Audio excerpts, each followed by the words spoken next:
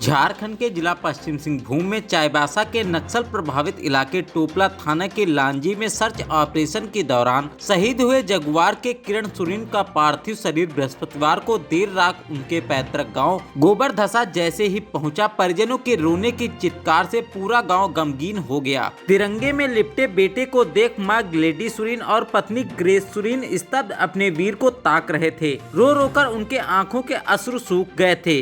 उनके आंखों में गम और दिल में शहीद के लिए गर्व है। वहीं शहीद की पत्नी ने कहा कि पति वीर गति को प्राप्त हुए हैं, इससे ज्यादा गर्व की बात क्या होगी। वहीं उनकी मां ने कहा कि मेरा बेटा देश के लिए शहीद होकर अपना नाम रोशन कर लिया है। शहीद का शव देर रात पहुंचने के कारण सुबह 8 बजे से ही अंत्योष्टि कार्यक्रम पादरी मस्कलन बारला उनके सहयोगियों के द्वारा पूरे विधि विधान के साथ करवाया गया। सर्वप्रथम सत्तारूढ़ दल के उप मुख्य सचेतक सह कोलेबिरा विधायक नमन विक्सन कोनगाड़ी विधानसभा सत्र छोड़ शहीद को श्रद्धांजलि देने कोलेबिरा के गोबरधसा गांव पहुंचे, जहां चाईबासा आईडी ब्लास्ट में शहीद हुए सिमडेगा के लाल किरण सुरीन तिरंगे में लिपटे गर्व से नींद सो रहे थे। विधायक ने शहीद किरण सुरीन को श्रद्धांजलि दी। वहीं विधायक ने कहा कि सरकार शहीदों के परिजनों के साथ है। उन्होंने कहा कि सरकार शहीद के परिजनों को सहयोग देते हुए उनके परिजनों को हर तरफ से मदद करने की प्रयास करेगी। वहीं विधायक ने मदद के तौर पर 10,000 रुपए दिए।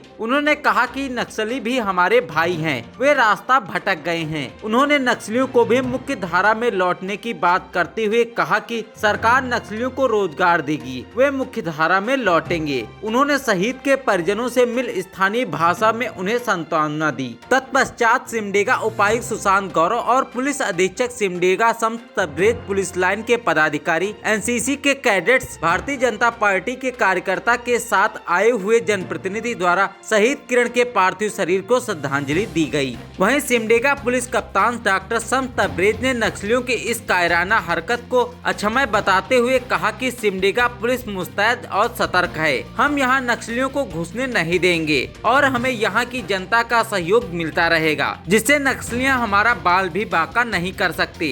वहीं किरण सुरीन को श्रद्धांजलि देने पुलिस मेम्स एसोसिएशन के अध्यक्ष राजेश कुमार एवं जवानों के नक्सलियों की इस हरकत को कायराना बताते हुए कहा कि अब हम नक्सलियों को छोड़ेंगे नहीं। उसने हमारे भाई को मारा है, जंगल में घुसकर नक्सलियों को मारेंगे। वहीं पुलिस अफसर एसोसिएशन वालों ने नक्सलियों को दहाड़ते हुए कहा कि हमारे 70,000 पुलिसकर्मी तैयार हैं, इन्हें हम हर हाल में मारेंगे। अखंड भारत न्यूज के लिए बीरेन तिवारी की रिपोर्ट, सिमडेगा।